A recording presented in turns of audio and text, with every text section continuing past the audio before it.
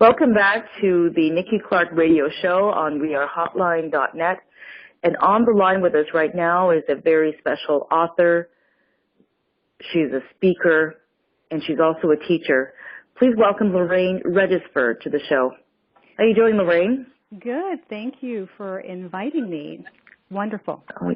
Oh, you're very welcome. You're very welcome. I'm very happy to chat with you, hear about all the wonderful things that you're doing in the community.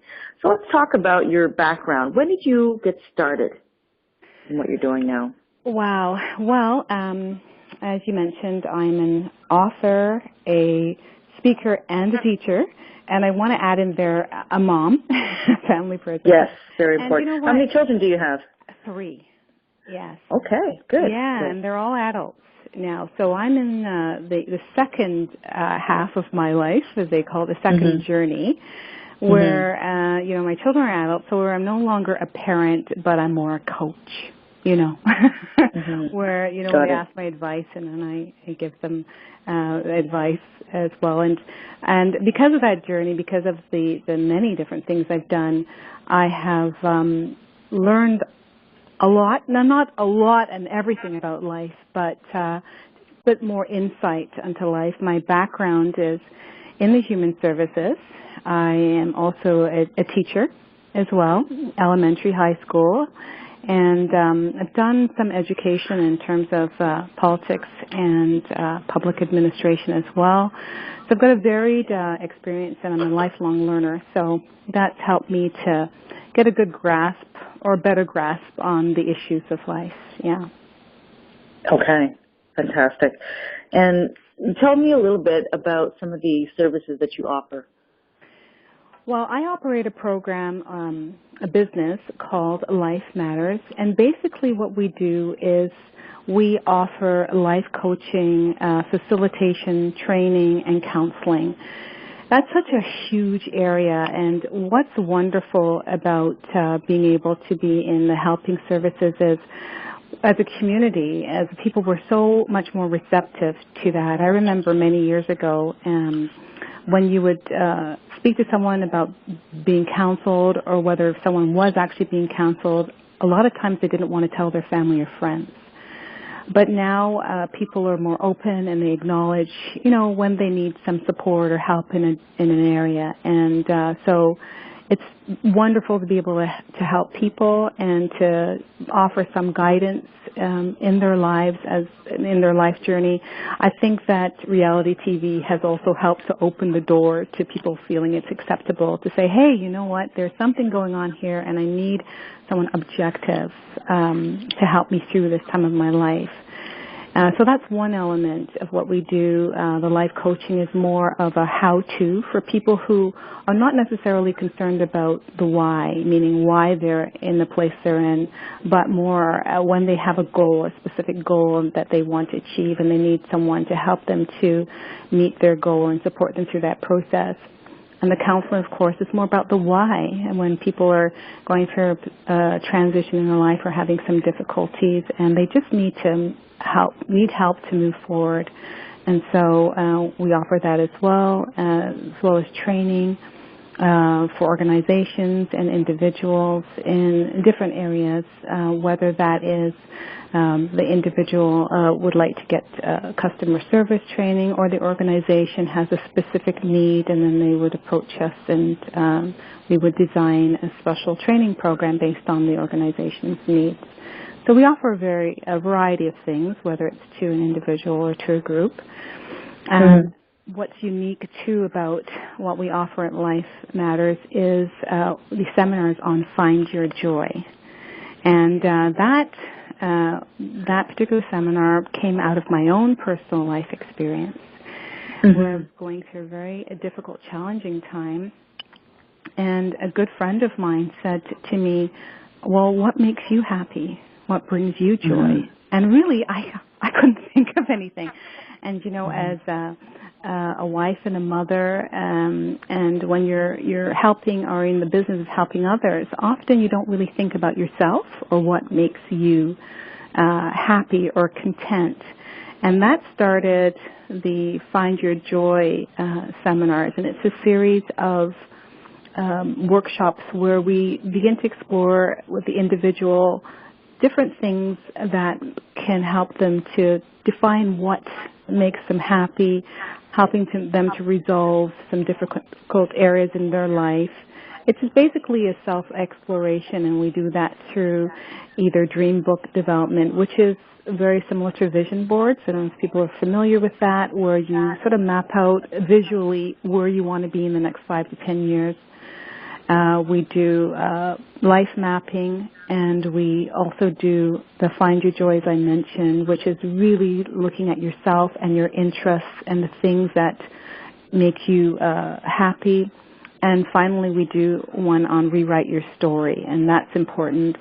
Well, people often get sort of trapped in a cycle or in their history, and so you'll meet people and they tell the same story often over and over again, and they can't seem to move past that point in their life. And so one of the things we do is sit down with the individual. They get to write their story as their life is now, and then begin to formulate how they want their life to look and write a new story. And that's that new story that they take forward and get rid of the old, put that aside, and begin a new life. So that's another thing that we do in our program. That is amazing.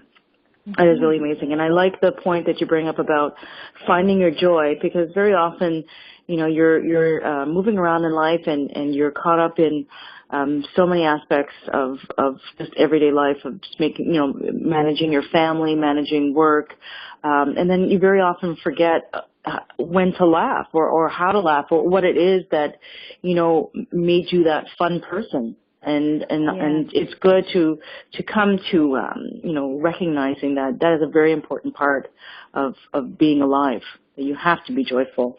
It's so true. And, you know, what's interesting, when I presented the inventory, so I'll put a list and I'll ask people on this list to write down what things make them happy, right, or things that bring them personal joy. And it's so amazing that a lot of people get stuck. And I would say, don't worry if you can't complete this. It's usually a list of 10 questions. And don't worry if you can't. And the questions would be something like, what is your favorite pastime?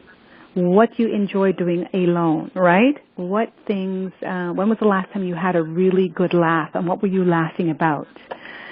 And a lot of people just get sort of stuck there. It's because so often we don't think of those things, or we're in the middle of something in our life that's challenging, and we don't tend to focus on the things that bring us joy when we're going through things.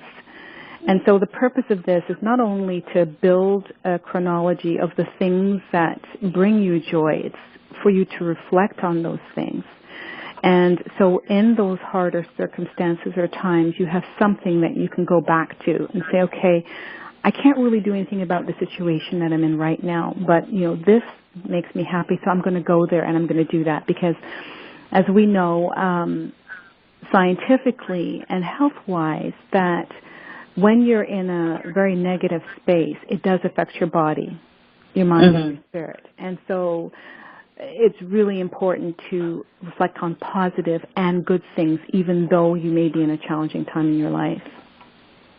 Yeah, and no matter, exactly.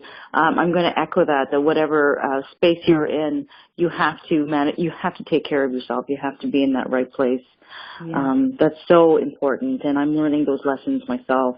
Because the stressors will come. That's part of life. Yes. You know, you can't avoid them, so you just have to learn how to better cope with them and to have healthy coping mechanisms, I guess, is the best way of dealing with it. Yes, and that's it. And a lot of the answers are already within us. That the things that we, that are specific, the things that make me happy or joyful are different than you. And joy is different than happiness, of course, right? Because happiness is based on happenings. So I'm happy because I got that car that I've always wanted, right? And then I get the car, and a month later I'm maybe not happy because I got the first car payment that I've got to pay. Or I look forward to, you know, having a baby, and I'm happy I have the baby, and then the baby's up all night or has colic or something like that, and so I'm not so happy. So that's happiness. But joy is something that transcends a lot of the ups and downs of life. It's something that's more based on contentment, regardless of the other circumstances. And so that's why we pursue joy as opposed to happiness, because happiness is circumstantial, right? So, that's a very good understanding to just understand the difference. I had no idea. I thought they were one of the same. Right. They're quite different. And that's why we really look at the joy, because the joy is something that you can take with you through the difficult times. And as you said, life has its ups and downs, and that's really interesting as well, too, to acknowledge that. Because a lot of people think that life should be a plateau, and that if it's in a plateau, if I'm not happy all the time, then something is wrong. But a good friend of mine gave me this analogy that when you are in a crisis and you go to the hospital and you're not well, they'll put you through emergency, and the first thing they'll do is listen to your heartbeat, right? They're listening to it because they want to make sure that it's going up and down. If it's not, then if you flatline, you're dead, right? And life is more of a series of ups and downs than a flat line. And it's during those peaks and those valleys that you really learn about yourself, you learn about your capacity, and you also learn about your resiliency. So we're not aiming to have this perfect life. We're aiming that when we have those fluctuations, which happens to everyone, that we can get through those. And not only through those, we can get some life lessons, and that's one of the goals of my book, is to highlight those 10 life lessons that, I call them easy life lessons, that we learn as we're going through life. And, for example, one of the life lessons that's in my book, coming out April 1st on Amazon, I'll just have to flag that, but is hurt people. And I've heard that, so many times. But what does that really mean? And when you're in the middle of something and somebody's hurting you, how do you move through that? And in that specific lesson, I remember where that became very impacting for me.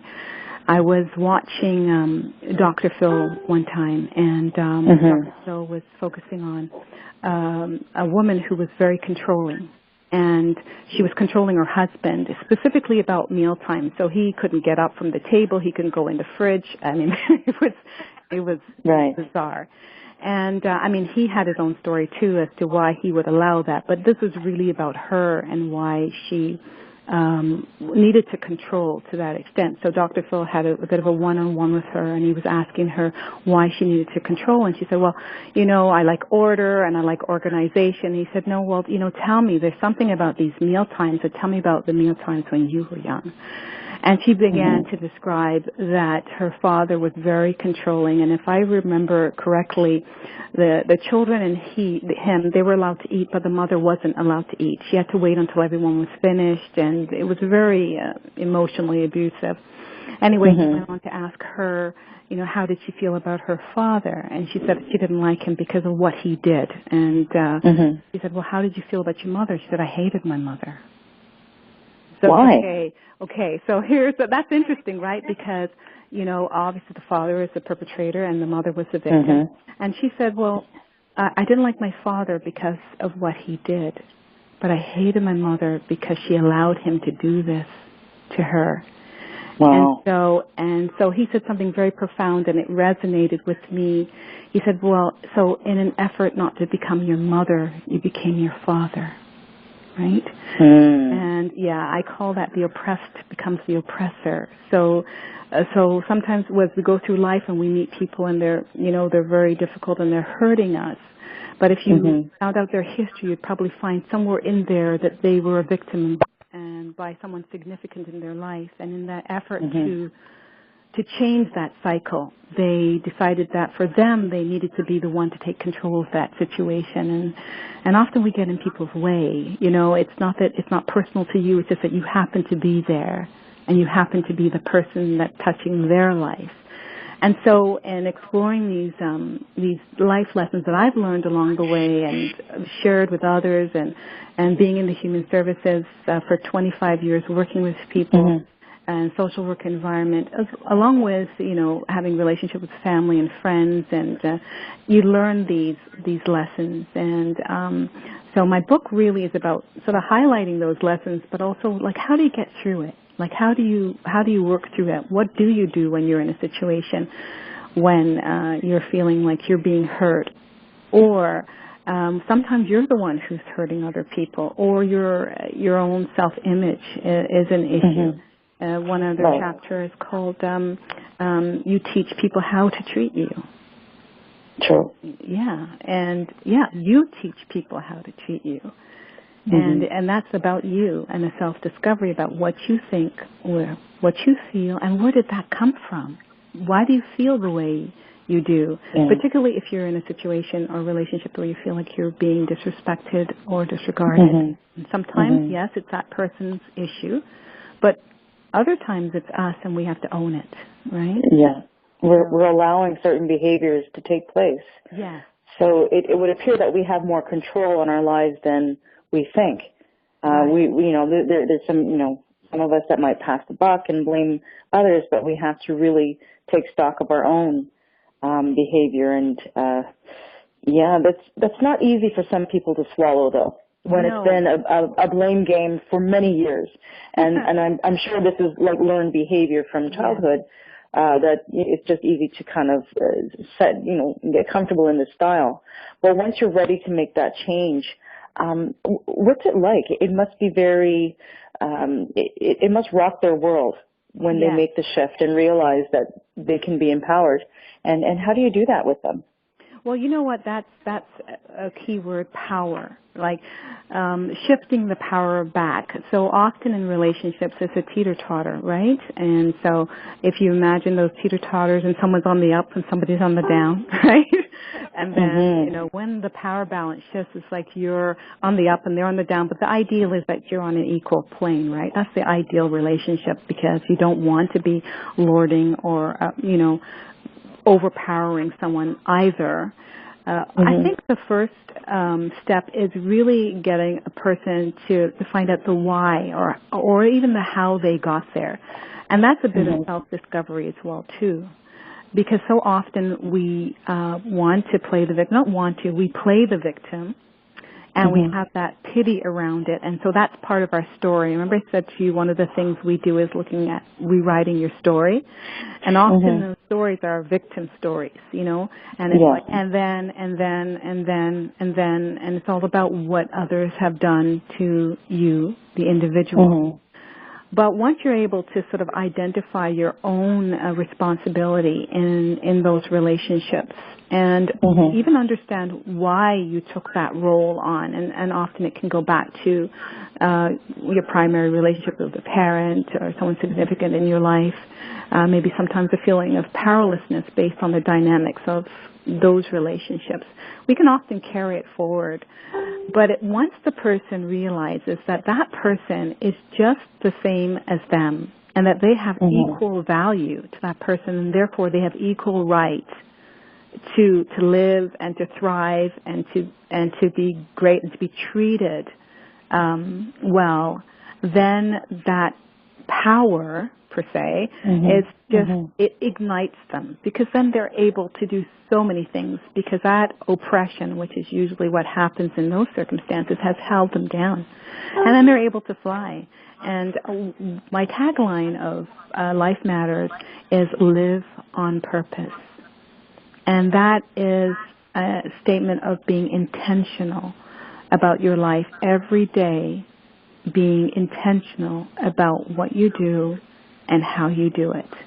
And then they're able to be intentional and set forth what things they want to do and accomplish in their life. It's pretty amazing. Fantastic. It is amazing. It really is. Can you think of one particular situation where you saw a quick transformation through your guidance? Yeah. Well, you know what? There's so many, because I mentioned I've been in the helping industry for so long, and but I can think of an individual right now that I was life coaching, and she had an issue with self-esteem, very shy, and very hesitant to be in groups and to meet people. And going back a little bit, because as I said, life coaching is a little bit different than therapeutic counseling, right? We examine what are the areas, and we attempt to just move forward as to how can we get you to a place where you're comfortable meeting people. And just through a series of exercises, exploration, and discussions about her past and where she wanted to go, and some, we call them benchmarks, strategic benchmarks where a person is able to go to different levels of comfort. So, for example, for her, one of the things we did was, when she was going to church, then she would agree to, after service, talking to one person, and going up and talking to one person, and then progressing with that to a point where she felt very comfortable participating and speaking with people or attending social activities without feeling very nervous as well. So that's one person, and that was really wonderful to see her move from someone who was very timid and shy to someone who felt much more comfortable in groups and in social occasions. Fantastic, fantastic. Can you tell me how you feel as you transform others? How does that transform you? Well, when you are working with individuals who are at a point in their lives when they're ready to move to the next step, there's always growth for you as well, too, because as they're moving forward, you're moving with them. And one of the greatest things is to realize that everyone has potential. Everyone can, no matter what state or what circumstance they're in currently, that they can move and progress. And so as you see them flourish and grow and become empowered or accomplish their goals or have better relationships, you grow as well, too, because in your own life you have circumstances as well. You know, they always say that good counselors need good counselors, right? Because we have to make sure that we're not bringing biases in and we're not, giving direction or instruction based on the issues that are going on in our life. And so we're able to grow as well, too, as that person grows, because we're learning along the journey as well. So it's fascinating and it's rewarding. It's very, very good. Fantastic. What are some of the things that you like to see yourself doing in the next 2 to 5 years? Are you going to come up with another book? Maybe do you have some workshops coming up or seminars? Yes. Well, 2 to 5 years, that's one of the things I love to do, that life mapping and life planning. Well, I've done radio previously and television, and I really enjoyed that. So I intend to do a lot more of that. In regard to this book, 10 Easy Life Lessons, as I mentioned, is coming out April the 1st on Amazon, and I look forward to writing more in that sequence of life lessons, because life is a journey, and there's always new lessons that we learn along the way. And so even though I wrote 10, I think, the most significant ones, then in my head there's a few more I'm learning along the way, something that will be book 2 or volume 2.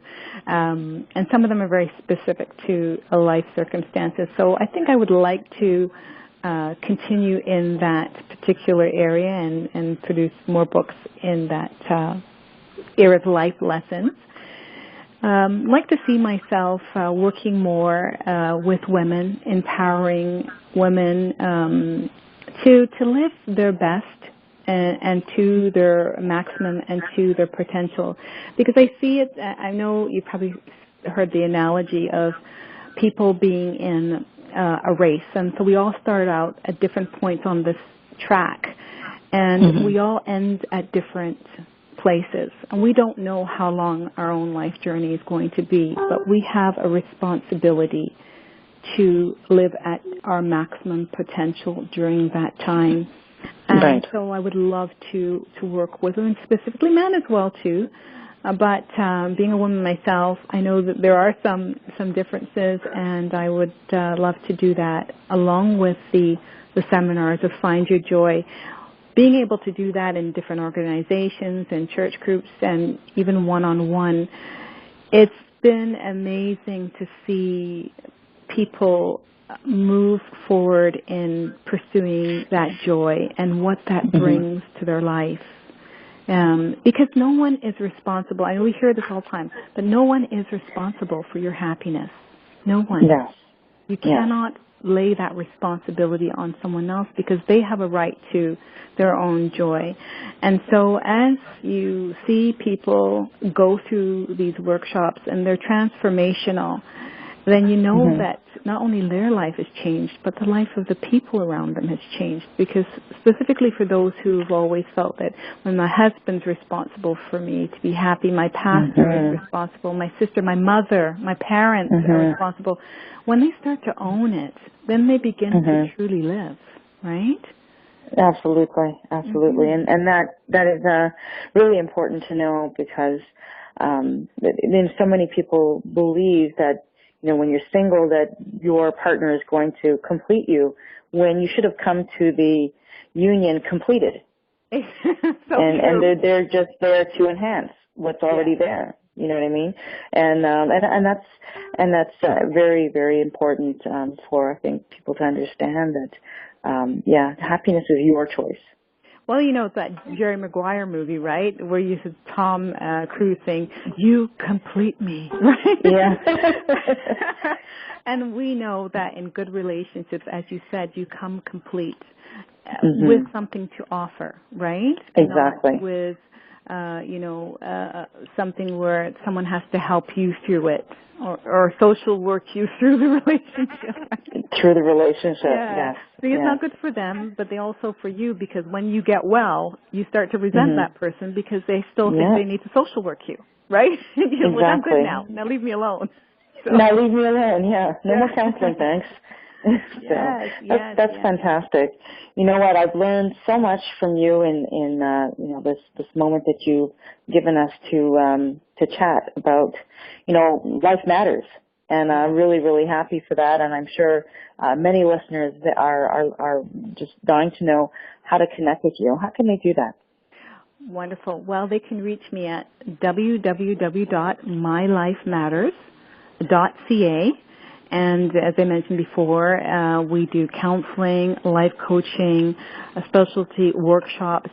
We design workshops for organizations, church groups, individuals if they have a specific area, as well as we offer seminars which you can find on the website www.mylifematters.ca of the varying workshops that we offer. And you can also reach me on Twitter at Lorraine's Life as well, and at info@mylifematters.ca if you want to send me off an email as well. I'm available for that. Anywhere on my website, you can get the contact information there fully.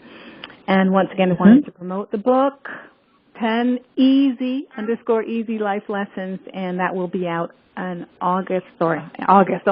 April the 1st, 2016 through Amazon. Okay, fantastic. You've been listening to the Nikki Clarke radio show with our very special guest, LORAINE Regisford. And she's been talking about My Life Matters, and we really appreciate your time. Thank you so much, LORAINE. You've been listening to the Nikki Clarke radio show on wearehotline.net, and we wish you all the best and hope to hear from you again. Thank you so much. Oh, my pleasure. Thanks again. God bless. Have a good night. Thank you. Bye-bye.